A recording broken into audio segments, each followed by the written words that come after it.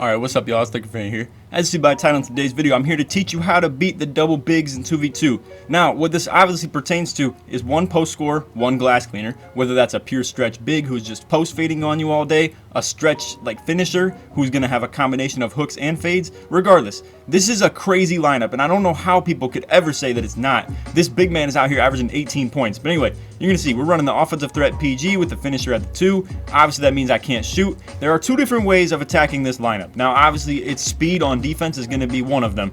So here's my way of doing that. Now our way, since we have an inside big, is going to be screens, get me on the rolls like that, or we can not be so risky like that and get easier slip opportunities because they're going to play sides on the screens. I'll detail a whole lot of this stuff. I'm just going to explain to you guys that this first part of the game is pretty ugly. There's a lot of like learning and figuring out how they defend, and that's gonna be how it is when you play these double bigs. You gotta kind of learn how to read them. Now right there, I just think that's a BS moving screen. I want to know what you guys think for the quick little comments for the algorithm.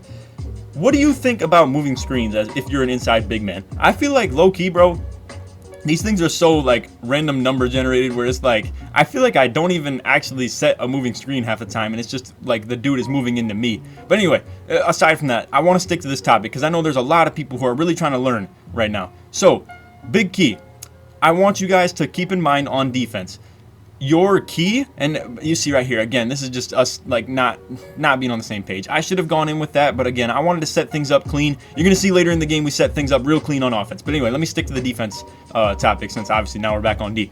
The key is gonna be, let this glass cleaner take any shot that he can. He is not capable of taking post fades, post hooks, anything like that. That's a bad shot for them.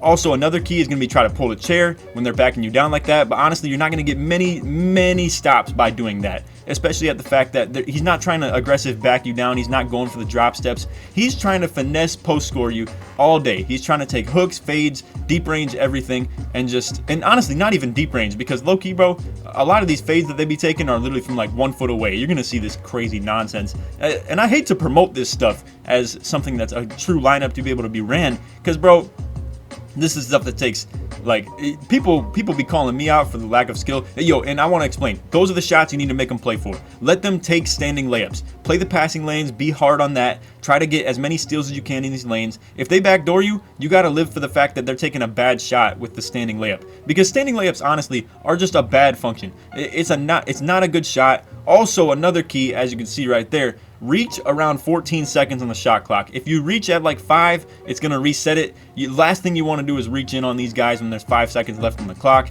If you can get some reach-ins when they have like 14 seconds, boom, force them to make a couple extra passes. Look at them. Now they got 7 seconds left. It's tough for these post scorers to find a good shot like that. But tough thing about it is a good shot is available to them at almost any moment. But like I said, if you can make them work for it a lot more, don't use your reach in so early either, because last thing you want to do is kind of reach when there's like 20 seconds. Like, you see, that's not all the greatest reach in right there, because you're not making the most optimal use of your time, and you want to save your fouls for a good occasion. Like, you want to save them for a rainy day, which is 14 seconds left on the clock. But anyway, like, that's the difference between it being 7 on the clock right now and 10.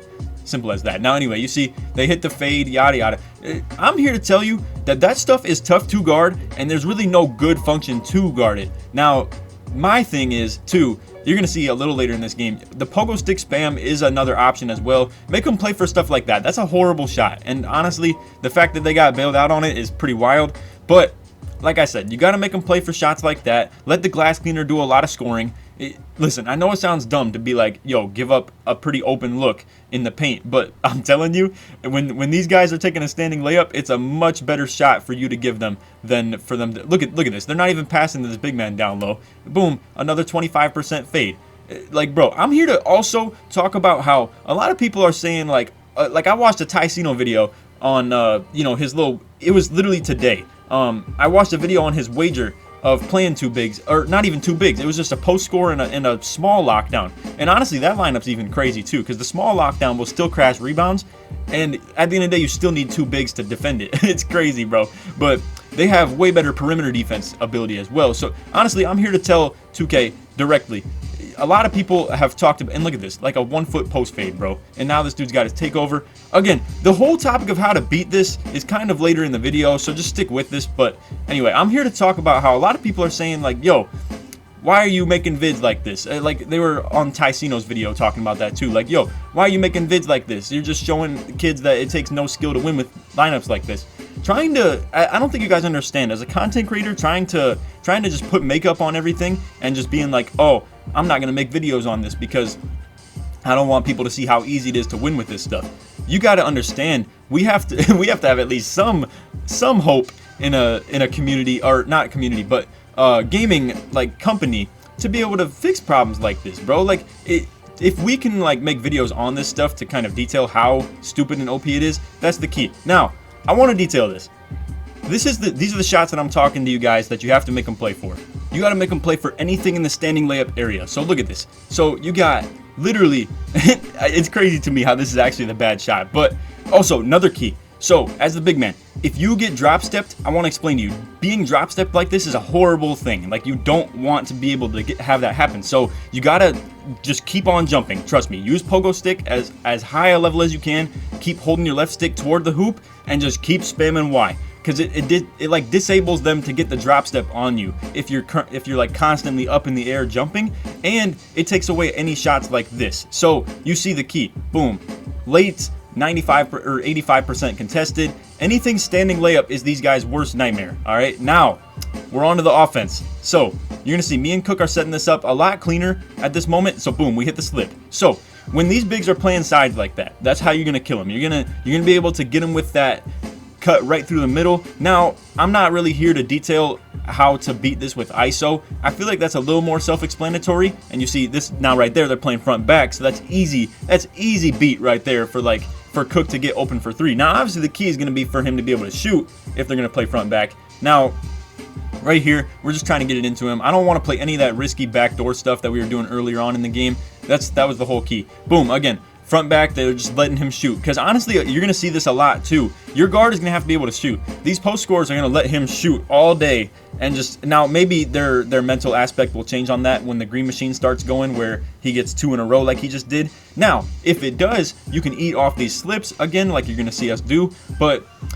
honestly, like I said, if they're going to let your guard shoot, he's got to be able to shoot well. He's got to be able to just not turn the ball over. It's simple as that. Now, you're going to see right here. Boom. Big man steps up. I'm there for the lob. I honestly, that was definitely an angle for a lob, but I don't blame Cook too much for not throwing it. Again, you want to be as conservative as possible playing against these guys, but sometimes you're going to have to throw that alley-oop rather than just not. But like I said, if you're not going to be playing with like an inside big or a finisher, then I don't know, sometimes like this discussion will be very different. Now, you see right here, I'm going to break this down. I don't like to take the defense by surprise when they're fully committed to playing sides. What I want to explain by that is saying, I want this defense to know what they're doing, because I know what they're doing is not going to work against us. So you see, boom, they play sides. It would make sense for me to roll right there, but it doesn't. I want to explain why. So now that we have them switched, all right, and we have them full switch where this is not the original matchup, you know they're gonna be willing to switch it back on this one. So boom, that's when you hit them with another slip. So you fake the screen on that second take and go straight in, right through that gap. You don't even have to fake the screen. You just come up, act like you're going to, and then dip down. Now, if they play some weird tendencies where they switch once but don't switch back, honestly, I've never seen that before. Or maybe like one time, and I was like, oh my god, they actually did it, bro. like that will catch me off guard. Absolutely. If the bigs switch once but don't switch back, then that's honestly like crazy, just because it defies all rules. Like, why would they, not switch that? So boom, they switch again. Boom, you already know they're going to do it again, so I get the slip off that. It's all for comfortability of your point guard as well, because when your point guard can look to score a decent amount, but if they switch everything, then that means your point guard has to go into passing mode. All right, so right here, I'm going for some quick slips. You see me and Cook aren't on the same page. I'm gonna do a lot of breakdown, because like I said, this is all for your guys' IQ and just teaching as well. So you want to be on the same page with your point guard. Boom, they're so ready to play sides, but I go before he goes, so obviously that's not going to get either of us open. So now we have to set it up again. I go again. He gets a good shot though. That's a really good shot, because both bigs were playing low on the screen. So for your guard to be able to shoot through that window is going to be big time. Now you can see it's 2019. We're like real playing like so safe right at this moment, because we know as soon as we give him the ball, it's game over. So you see, roll wasn't there. Boom, fake it up, and then go right back in. It's simple as that. This is a beautiful outcome right here. And I'm sorry for those who don't like the breakdowns, but I know a lot of people love this stuff. Again, you see, it just wasn't there. So what are you gonna do? Come up. As soon as you see this big man sprinting up and the yellow is still chasing the guard, this moment I can already tell I'm getting a bucket. It's simple as that. The big man on the backside's movement is so, like, you know, just committed to stopping the guard right here. And honestly, that may be because a three-pointer ends the game at this very moment, so they were just keying in on that more. But honestly, to just give that up is a horrible idea as far as these two bigs. If you're listening to this, and I don't mean to, like, you know, give two bigs any, like, you know, ideas, but honestly, if I were them, I would just be playing front back and have to make the guard shoot all game.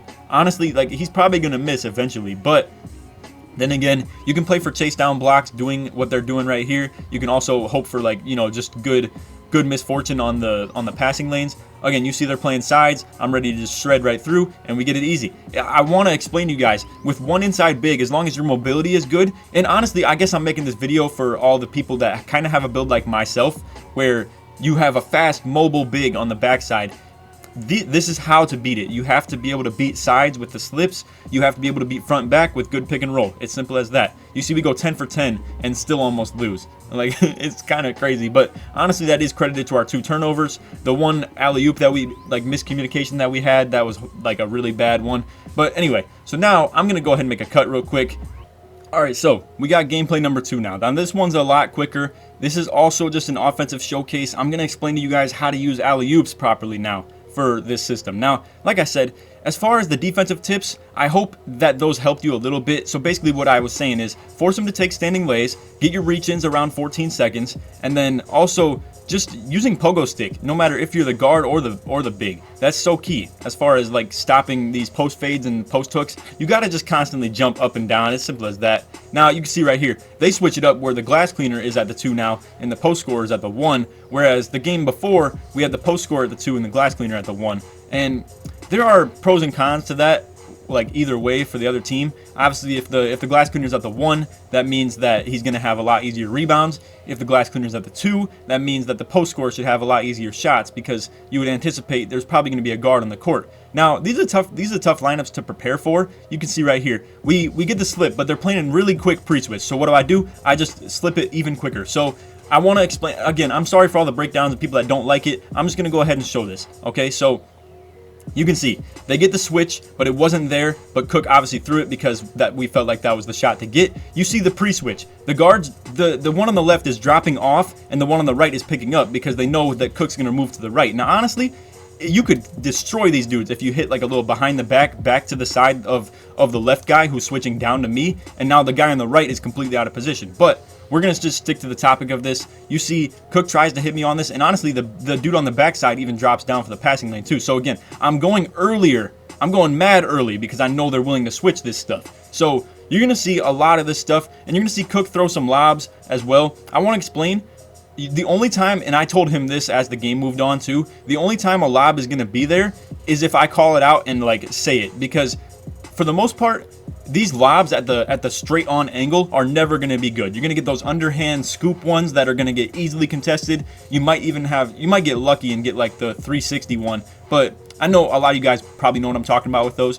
But the only time you're going to see a lob available is when I call it out. Now, I'm going to explain to you guys when I call it out so you can see. Basically what I'm saying is, and I like to do it with takeover, so I'll explain how takeover as well helps you with this, where I can cut it, I can do a even bigger angle on what I'm doing. Also, they're tripping for not full switching this right here. You got 2 bigs, you might as well switch everything. You're already ready to switch everything anyway. I don't know why they wouldn't switch off that on the inbound. And that's why also, like, later on in this game, I'm telling Cook, like, yo, it's honestly pointless to do that, because as you can see, they'd have a pretty good chance at getting a steal on the inbound pass. Not a great chance, because obviously that's just a function in the game that doesn't work properly, but I don't like the chances of it, because as soon as we give the ball up, you never know. That could be the reason we lose to these guys. Now right there, I get a really easy slip. That was probably the most open look I got through the whole game. And then you can see, I want to explain how these little cuts right here, this will never be a good time to throw a lob. And especially at the fact that he was playing underneath, carrying along with this and just dribbling this all the way out to the midi probably would have been the move right here, or just like to fade away from deep mid. Honestly, it's tough though, because those are never good shots. You can see he probably just outran this Clay dude, and now we're back on D. So this is where what I'm talking about, forcing him into standing lays. Standing layups and all this stuff are definitely the best looks. Now you're going to see, again, boom, he tries to take it straight up. Horrible shot. Terrible shot. And also, I didn't even have pogo stick on in this game, as you're going to see it not pop up. I actually have defensive leader on because I was playing the 3v3. Now again, you see we hit the slip. Nice take. Honestly, solid chance of him blocking that, but not good enough. I'm just here to tell you, I got 93 standing dunk with pretty quick dunk packages. As long as my dude doesn't do some crazy stuff, I think we're good. Now, right there, I probably could have had a lob again, but I want to explain how obviously our conservative tendencies when playing lineups like this will show a decent amount where you really do not want to give them the ball back. So you're going to see a lot of times like that. Cook is a little tentative on the pass. Now we're just doing some BS. Honestly, like, it was a good idea, but you do see great take by Cook to get the step back three. They're both pretty concerned about my lob look on the take right there. So you can see we're doing pretty good with this. I mean, like I said, they've got the ball back a couple times. I'm here to tell you guys, this is not an unstoppable lineup, but you have to be really skilled with this stuff to beat it. Now, again, I have another good look right there. I drop again, but the big off the side pre-switches, terrible take. Honestly, I should have missed that. I feel like it was probably bad situation where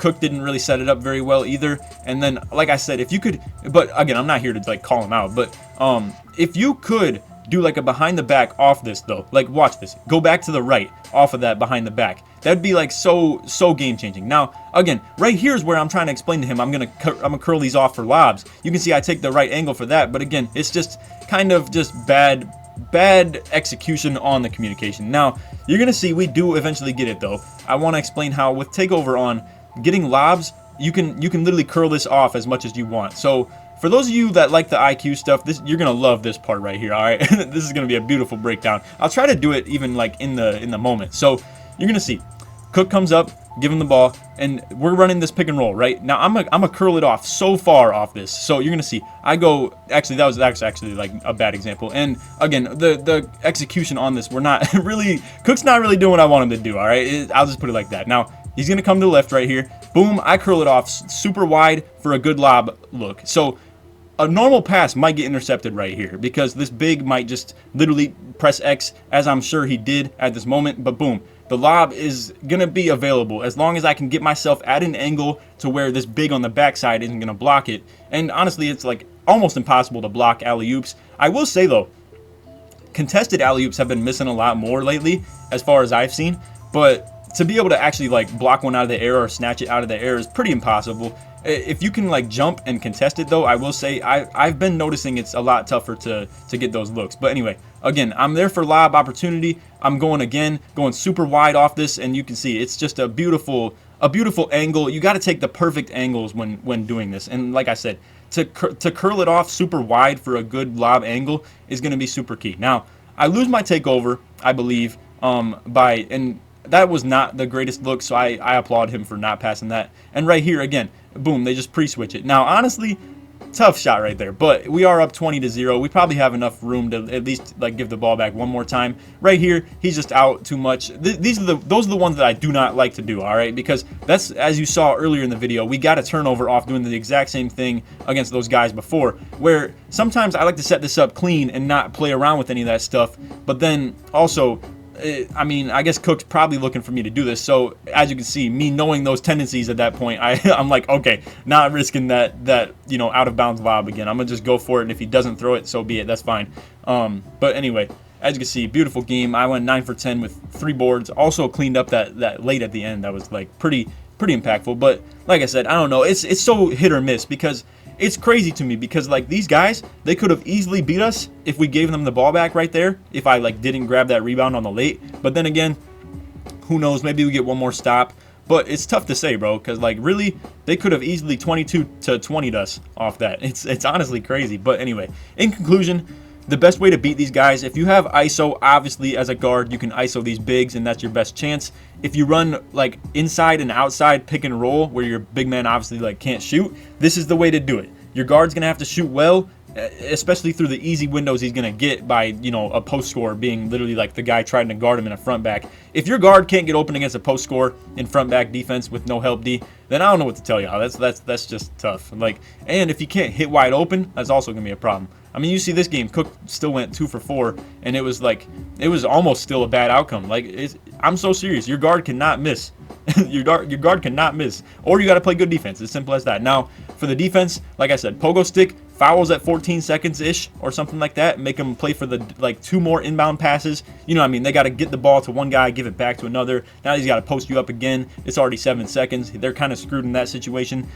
Get them with the fouls at 14, and then also, like I said, pulling the chair, that's another good method as well. It's not going to be very often though, so like I'm saying, he's not going to power back you down because the paint is pretty clogged up. So all he's trying to do is finesse for a post fade. So anyway, that's all for the vid. I hope y'all enjoyed. I hope you learned something. And also, like I said, if y'all could drop a like and show some support on this vid, I'd really appreciate it. Turn on them noties as well. And if you want to go ahead and sub, like I said, feel free to. But anyway, if we get this to like 500 to 1,000 likes, I'd really appreciate that. This has been a super long video, but I wanted to get everything out and just show you guys what I was talking about here. So anyway, if you made it to the end of the video, put post in the comments if you made it to the end of the vid.